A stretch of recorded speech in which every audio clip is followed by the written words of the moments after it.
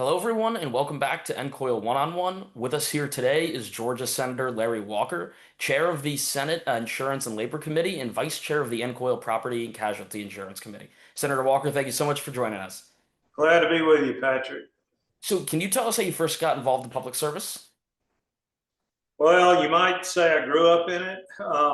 My father served in the Georgia State House for 32 years. So from the age of 7, I was 7 when he got elected. He ran for Senator Sam Nunn's seat when Senator Nunn ran for U.S. Senate. So he was in the legislature when I was 7 to I was age 39. So I was around it a lot. Never thought I'd run for office myself, but as I matured and got older and had children of my own, and now I have a grandson, it became, sort of on my heart to try to do my part to make Georgia a better place and to serve the community and give back to a community that's been mighty good to me and my family. And I'm an insurance agent. I started an independent insurance agency about 30 years ago, and the community has supported me in that too. So I wanted to do what I could to make Georgia a better place and a prosperous future for my children and grandchildren. That's great. So, it sounds like it runs in the family. Maybe one of your grandchildren will be sitting in your seat in a couple of years, huh? I don't really wish that on him, but if if it's on his heart to do it, I hope he'll do it well. That's great. And so, what kind of issues have you been most involved in throughout your time in the legislature? So I like to work on what I'd call, practical, common sense type things. I think my career as an insurance agent has sort of taught me to be a problem solver. I think that's what insurance agents often do, and a trusted, advisor to my clients. And so I've tried to bring sort of that same level of service and attitude toward my legislation that I work on. I've worked real diligently on a lot of occupational licensing reform. I've done some work to support, obviously, ag in rural Georgia and the healthcare in rural Georgia, and some initiatives to help our farmers and foresters. And then naturally, I've worked on insurance legislation, and I really have kind of ramped that up, my insurance legislation, since getting involved with NCOIL. And the work that NCOIL does has been very helpful to me, educational for me, and kind of giving me some ideas of things we ought to be doing in Georgia for the insurance consumer, and also for consumer protection. That's great. So, yes, professionally, you said you're a licensed insurance agent. How does that experience working directly in the industry impact how you approach insurance-related issues in your legislative capacity? Well, I found it to be very similar. I started my agency from scratch, which was tough, but now I've been doing it 30 years. It's been a very rewarding career. And we've built this agency on relationships, personal service, putting the client's interest first above our interests, and being honest and transparent and dependable. And all of those things, I think, are needed to be effective and good in the legislative process. So certainly, being in the legislature, to be effective, you've got to build relationships, and you have to have credibility with your peers. And so that's, to me, very similar to being successful in the insurance industry. That's great. So, obviously, heavily involved in insurance issues, but the committee that you chair also has jurisdiction over non-insurance issues. What kind of other issues do you work on in that committee specifically? On the consumer affairs, excuse me, gosh, on the insurance and labor. So we do get a lot of different type of issues will come to us, but it is sort of tied to insurance. I mean, we do, the work comp updates every couple of years. We have dealt with, obviously, in Georgia, we just passed pretty sweeping tort reform, and that some of that legislation came before my committee. The tougher issues that we have to deal with, for me, I guess being a P&C guy, is the health insurance related issues. And some of the bills we had last session, the 25 session, were really could have gone to Health and Human Services just as easily as insurance and labor. And I think the uh, leadership thought we could parse it out better because it did have an insurance impact. But we had 5 bills that were basically healthcare mandate bills that came over from the House, and they all were very tugged on your heartstrings, I guess, and were very sympathetic advocates. That children with a bad, debilitating illness, or we had one that dealt with prosthetics, and they're very tough issues to navigate because the human side of you and the compassionate side of you wants to uh, go along with mandating coverage for those things, but the business person and the fiscal conservative that I am, you have to balance that. And so those are the type of things we get that aren't necessarily, a lot of it was a lot of medical information and a lot of, what's the treatment and what's the, how accurate is the diagnosis and all of that. But there was an insurance component too. So it sounds like your hands are very full in Georgia, but you're of course very involved at NCOIL. We're looking forward to coming to Atlanta for our upcoming annual meeting this November. Is there anything in the Atlanta area people should be looking out to do when they're not having their heads down in the committee room? Well, evidently, don't go to a Falcons game. They got blown out this past Sunday. But there's a ton to do in Atlanta. I know there's a lot of great golf courses, and I'm sure some of your members will find a golf course that they enjoy. I'm sure. A lot of great restaurants, a lot of good music and entertainment. We've got the aquarium. The Georgia Aquarium is probably one of the nicest and biggest aquariums in the country. And so just a lot of neat things to do. That's great. We're all looking forward to it. How did you first hear about NCOIL and how did you kind of get involved? Well, I guess Chairman Richard Smith in the House was a good friend of mine, and he was a big advocate for NCOIL and very involved, from what I understand. And sadly, he passed away.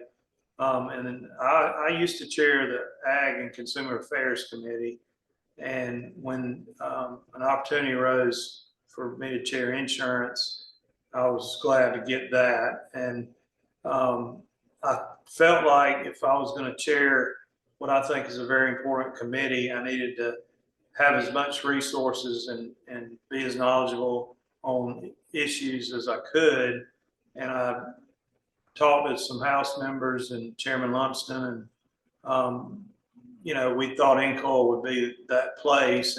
And because Richard had died, Georgia had kind of let our membership lapse, and Chairman Lumsden and I lobbied to get that caught up and get back in. And and it's been, I can't say enough good things about NCOIL.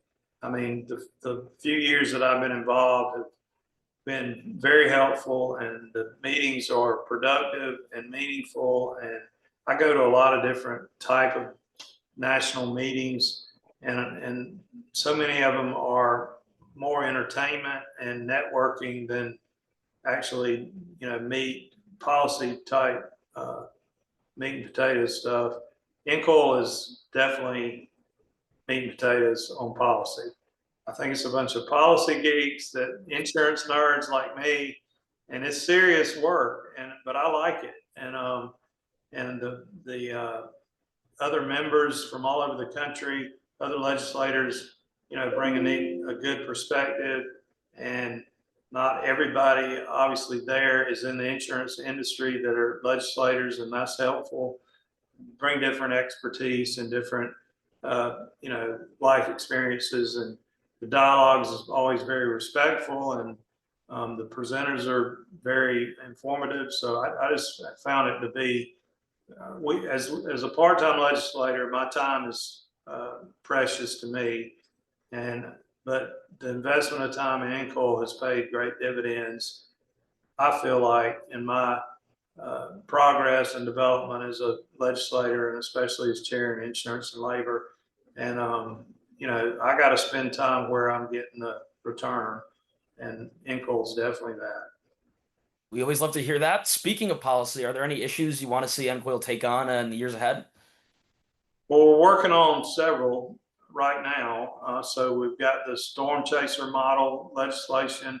It may have a more technically appropriate title than that, but that's generally what we call it. And I actually passed a bill in Georgia this past session that after Hurricane Helene, I felt like we needed to tighten up some of our guardrails on folks coming in after a natural disaster and taking advantage of desperate homeowners. And so NCOIL's taking that up. I'm excited about that.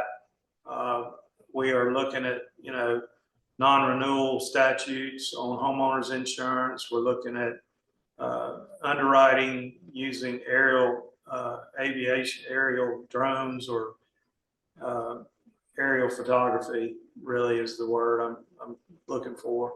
And that's been bandied about for probably a year now. A lot of strong different opinions on that, but I think we're getting close to the finish line on that. We do talk a lot about health insurance, and obviously it's super important. I, as a legislator, get frustrated because it's not clear whether we can regulate ERISA plans. I think that's still being adjudicated in the court. And so if you take out ERISA plans, you're only talking about maybe 20% of the insured population in my state. And um, I wish the federal government would take more action, needed action there. So sometimes, I feel like we spend a lot of time talking about an issue that we really have little influence over. But anyway, NCOIL's great. I will say NCOIL always they pick fantastic locations to have their meeting. And we always have good accommodations. Sadly, though, I usually am in committee meetings the whole time. Well, it's always good to go to a good location. So, Yes. so naturally we've discussed some of the good things about NCOIL, but there's of course always things we can do better. Is there any kind of changes you'd want to see the organization take looking ahead? Well, not really. I think of all the things I've gone to, sort of the onboarding process or the orientation process and the welcoming, uh, it was very welcoming when the first meeting I went to. I think they assigned somebody to me to make sure that I felt welcomed, and that I, had somebody to ask if I had questions, and kind of to shepherd me and look after me, mentor me. I thought that was really cool. They had a, a specific meal for the newcomers, and kind of an orientation. I thought that was really, really good. I do think sometimes, just like anything, the meetings get kind of long, and sometimes the presenters repeat what somebody else already said. I mean, but that's a challenge in anything you do. I mean, I really don't have a whole lot of constructive criticism, because I just think it's well run, it's well planned, it's very well attended. Um, so I think it's great. That's great. So before we let you go, we have a quick lightning round of questions for you, just to Oh, help the Lord. audience get to know you better. Can you tell us your favorite all-time movie? Movie? Yeah, Probably True Grit. John nice. Wayne. Well, both True Grits. The Nice. John Wayne version and the later version. I still have to add that to my list, so I'll have to watch that. Favorite all-time food? Uh, I love a good steak, good ribeye steak. Can't complain with that. That would be my answer. Book or author? I'm a big John Grisham fan because after working in insurance all day long, I want something kind of just not difficult to read and to take my mind off of stuff. Fair enough. I wish I read more history and more serious, work, but I kind of like the junk food Yeah. type. Favorite song or musical artist? Well, right now I'm kind of into Tyler Childers pretty much, but I'm a big Fleetwood Mac fan.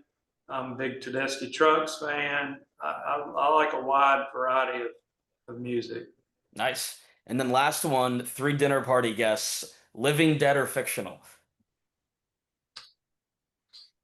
Well, I think the obvious one would be Jesus. Would be unbelievable. I hope to meet him one day. But I think